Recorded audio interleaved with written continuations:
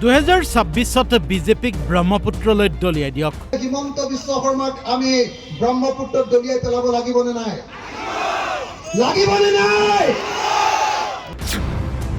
বদৰুদ্দিন আজমল গো back.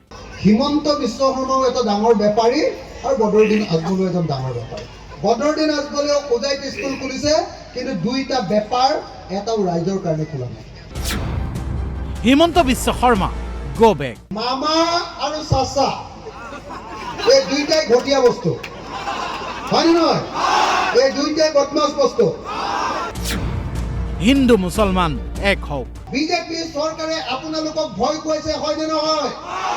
BJP চৰকাৰে আপোনালোকৰ জীৱনৰ নিৰাপত্তা নাইকিয়া কৰিছে, হয়নে নহয়? তেতিয়াহ'লে বিজেপি আপোনালোকৰ আটাইতকৈ ডাঙৰ শত্ৰু, হয়নে নহয়? ধুবুৰী জিলা কৃষক মুক্তি সংগ্ৰাম সমিতিৰ অধিৱেশনত মুখ্য অতিথি হিচাপে উপস্থিত থাকি চাপৰৰ দাঁতিকাষৰীয়া ফলিমাৰীত অখিল গগৈৰ এই আহ্বান।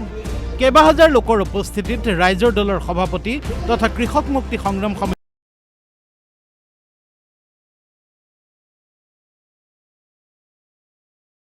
উপস্থিত।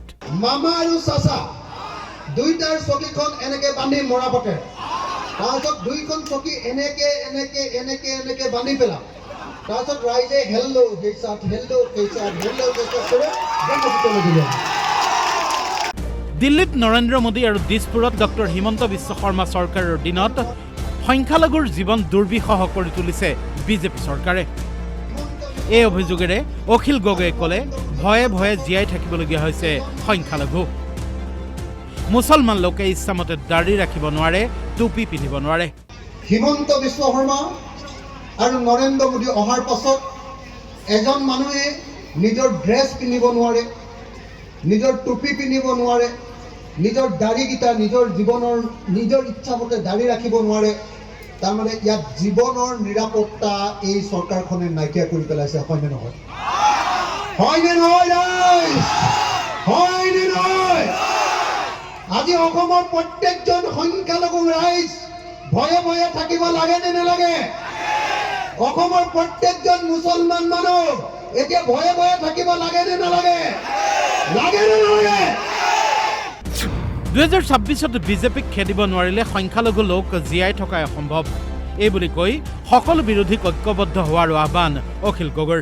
কংগ্ৰেছক কৈ দিয়ক, ৰাইজৰ দলক কৈ দিয়ক, অসম জাতীয় পৰিষদক কৈ দিয়ক, CPI কৈ দিয়ক, CPM কৈ দিয়ক, CPIM কৈ দিয়ক যে তহঁতি গণ্ডগোল নকৰিবি, তহঁতি একলগ হ, আৰু 2026 চনত যদি আমি বিজেপিক খেদিব নোৱাৰো, আমি মানুহ হিচাপে জীয়াই থকাটো সম্ভৱপৰ নহ'ব।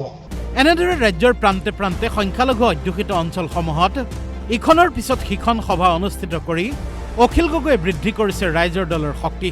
অখিল গগৈৰ ৰাজনৈতিক অৰাজনৈতিক সকলো সভাতে বৃহৎ সংখ্যক লোকৰ অংশগ্ৰহণে বিপদাপন্ন কৰি তুলিছে AIDFৰ অস্তিত্ব। একেদৰে সংখ্যালঘু জনবসতি প্ৰধান অঞ্চলত শক্তিশালী সংগঠন থকা কংগ্ৰেছৰো বুকু কঁপিছে দুৰু দুৰু।